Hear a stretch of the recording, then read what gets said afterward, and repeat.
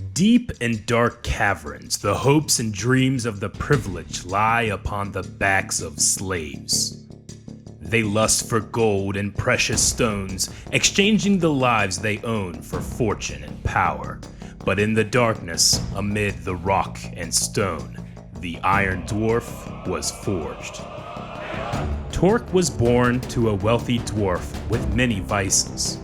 His father's greed was matched only by the thrill of chance.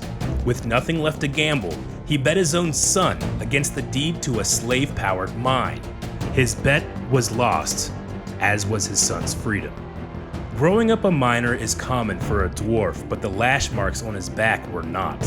Despite this bondage, Tork brought a smile to every other slave.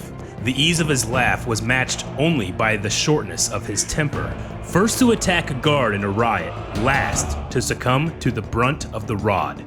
Curiously, it was seen that the more mad and passionate he became, the less the punishments of his labor affected his body. His eyes, mad with adrenaline, glowed bright in the darkness, and rocks crumbled under his unbroken hands. When it was discovered that the slaves were playing their own games of chance amongst each other, Tork took all of the blame, as he had won every match.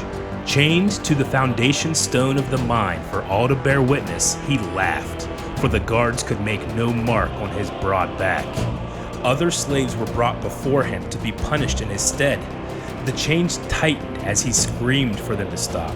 The foundation stone shifted under his fury and the mine collapsed to ruin. None were spared. None but one. Tork rose from the rubble unharmed. The blood in his ears rung as he walked away from the only life he had ever known. The Iron Dwarf was free, and it was not the last time the world would tremble before him.